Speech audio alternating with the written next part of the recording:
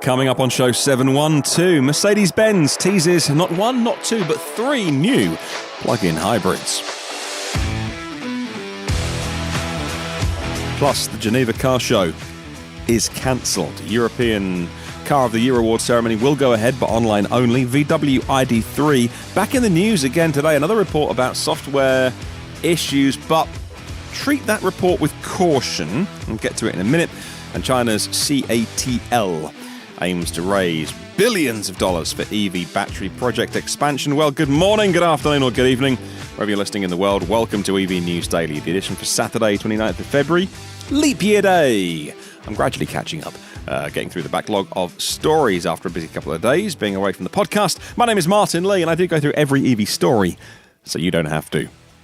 Thank you to the gang at myev.com. Myev.com in the USA is a place where EV lovers, whether you are buying or selling or learning about EVs, can get together. Fantastic community of people who put the website together. All EV drivers, obviously themselves, but also lots of people finding out more about EVs online. Go to myev.com. So, yeah, that big news. The Geneva Car Show has been cancelled. Two of Switzerland's largest trade fairs have fallen victim to the coronavirus epidemic. Organisers of the Geneva International Motor Show, GIMS, have been forced to cancel the show, and the Baselworld Watch Fair has pulled the plug as well, says Bloomberg. The car show, due to start on Monday, has been cancelled as force majeure after the Swiss government barred large gatherings of more than 1,000 people in one place. So a car show isn't really going to work, is it? The organisers said in a statement yesterday on Friday, German manufacturers Daimler, Audi, all saying they support the decision to cancel the show and that public health is the right thing and that we have to put health concerns first, of course. And some of the pictures that have been coming out is a reminder how heartbreaking that decision must have been. Well, it was out of their hands, really, because like I say, it was the Swiss that, this is a directive coming down from on high, and so their hands were tied. But pictures coming out from inside the show, these stands, it's more than a stand, isn't it? It's an exhibition space. The really big car makers, they've been building them for 2 weeks, and they're finished. So massive LED screens, huge displays. There was the Renault one, and although the cars were under wraps, they were under, sort of see-through plastic. I could see the new Zoe, I could see the new Twingo, which was meant to be shown off as well, and just all of these displays, which are so impressive when you see them in real life, they were done. The show was ready to go. So many EVs were due to be shown off at the Geneva Motor Show as well, either announced or shown off. So this is a big, big blow for people getting excited about electric cars. It's not going to, long term, it'll do no damage. But I'm sure that all of those cars that were going to be announced at Geneva will now have alternative plans, maybe online launches or maybe bespoke events or something like that. We'll keep an eye out and I'll let you know how that progresses. But talking of online launches, despite the cancellation of the Geneva Motor Show, the organisers have decided to broadcast Car of the Year live streaming on Monday, March 2nd, 3 p.m. local time. 7 candidates are part of the shortlist for Car of the Year 2020. The 2 EVs out of the 7 are the Porsche Taycan and the Tesla Model 3. Jury members will award 25 points, spread over at least 5 of the 7 models. The event takes place on Monday, and it's going to be broadcast live on the Geneva Motor Show website and on Facebook. And you can see the winner yourself if you want to, without having to go all the way there. The US audience, if you are interested, 3 p.m. Geneva is 9 a.m. Monday morning time on the East Coast.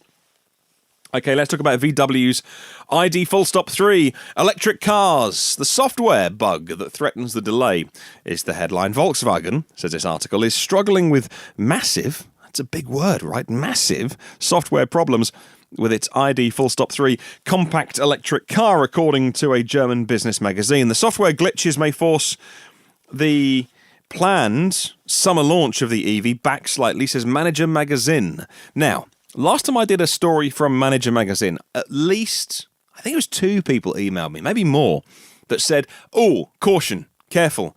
They've done some anti-EV, not that they're anti-EV, like ideologically, but just caution. And so I can find no other source for this story. I always try and look for a couple of sources, and I can't, but this is the report. And then picked up by Automotive News Europe, who say the problems stem from what is effectively the basic architecture of the software in the ID3, which was developed too hastily, says Manager Magazine, citing, and they do cite, VW sources. But again, a couple of my listeners did email to say, look, just be careful, be careful. Many of the system's elements don't understand each other, is the claim, leading to dropouts. The report says hundreds of test drivers of the ID3 are reporting up to 300 errors a day. More than 10,000 technicians are working on the problem, and it could delay the ID launch by up to a year, says this report. Well, that's a bit like sticking your finger in the air and saying it could be delayed. They just, it's a little bit speculative, this one, and it makes me wonder if they've got something, I don't know, against VW or something. And VW, we will give their side of it. A VW spokesman told Automotive News Europe the timeline for the ID3 has not changed, and the car will be launched this summer. Watch this space. Let's talk batteries. Cells. CATL of China, the top electric vehicle maker in China, says it aims to raise, electric vehicle battery maker, I should say, if I missed out that word, said it aims to raise about $2.85 billion in a private placement of shares to fund their battery projects and working capital, says Autoblog. The fundraising will help CATL to expand its battery making capacity in Fujian, Jiangsu and Sichuan, as well as the energy storage research projects. The company said in a filing to the Shenzhen Stock Exchange on Wednesday night, the company has partnerships with Tesla, VW, BMW, among many others as well. In a separate filing, the battery maker said it plans to invest 10 billion yuan in a battery manufacturing base where it's headquartered. Good news, if you are off to watch a bit of sport, the Gillette Stadium is diving into the world of EV charging with the installation of 50 new 32-amp units on 25 pedestals, says Kyle Field at Clean Technica. The new station's providing EV charging services to patrons of the stadium as they arrive to watch the New England Patriots or the New England Revolution. And good news too. Let's talk massive battery storage. Tesla's huge project to deploy 1 gigawatt hour of megapacks to create a giant energy storage system in California with PG&E has now had approval from local authorities, says Electrek today. Involves 4 separate energy storage projects, and 2 of them will become the world's largest battery systems.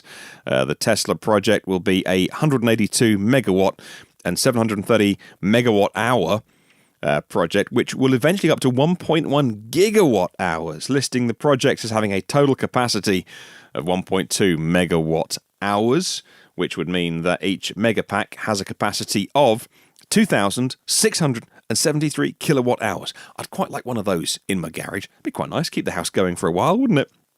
There's going to be 449 megapacks all tied together, and it's such a huge deal in terms of battery storage in California. It makes it easily the world's biggest battery storage.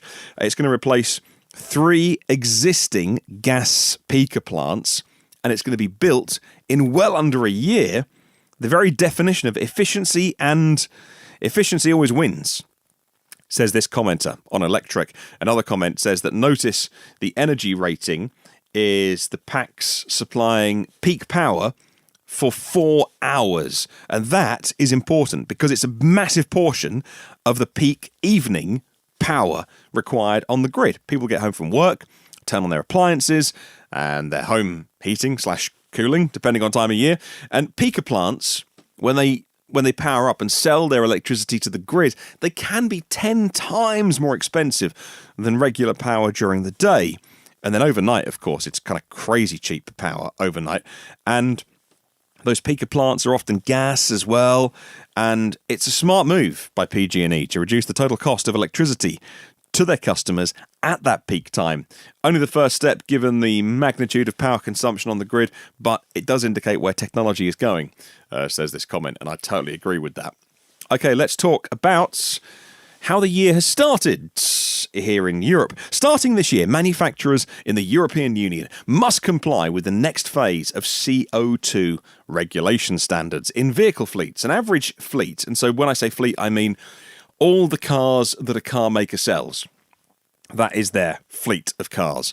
So an average fleet-wide target of 95 grams per kilometre of CO2 applies. And that applies to 95% of new passenger cars this year in 2020 and the whole fleet next year in 2021, says the ICCT.org. Well, they've got some stats which are interesting. They've noted that in France, the average CO2 level of new cars, and this is a great stat to remember, by the way, in France, the average CO2 level of new cars sold in January dropped from 113 grams per kilometre to 96 grams per kilometre month to month. So before Christmas, after Christmas, a massive drop, a 15% improvement in just a month. In 2020, every low emissions vehicle that they sell actually counts twice towards their average CO2 emissions. Norway is another good example. They've got a strong vehicle tax on CO2 and NOx as well. In Germany, EVs are now 6.5% of all new sales in January, up from 4% in December. Like, manufacturers are revealing their hands now, and they're showcasing new electric models all the time, but also they're bringing them to market. A lot of plug-in hybrids, but also pure electric cars too. And talking of plug-in hybrids, for many people it's the right choice. Not for everyone, but for many people it is. And Mercedes are gearing up to introduce 3 new plug-in hybrid models this month, starting with an announcement on their corporate Facebook page. A video's gone up which shows new plug-ins from their GLA SUV, the CLA, which is a sedan, and the CLA Shooting Brake, a trio of plug-in hybrids from Mercedes-Benz. But is the market ready, says Motor One? Well, each of these vehicles will use an identical powertrain, and it makes it pretty easy for Mercedes to launch them all at once because it's all the same bits underneath. Not ready for full electric? Mercedes-Benz buyers, they can now go for more plug-in hybrids, and that is great news. Question of the week this week, asking people how to persuade friends and family and colleagues to go EV. You can email me anytime about anything. Email me hello@evnewsdaily.com or leave a comment on the YouTube show. Thank you to 235 patrons for keeping the show going. Got some new premium partners to announce soon as well as we get into March. For now, though, premium partners Phil Roberts of Electric Future, Brad Crosby, Avid Technology, and Brightsmith Clean Tech Talents. If you want to leave a little review on Apple Podcasts, really helps me grow the show. And there are 711 previous shows in the archive for you to download for free. Have a wonderful day. Catch you soon. Oh, do remember, there's no such thing as a self-charging hybrid.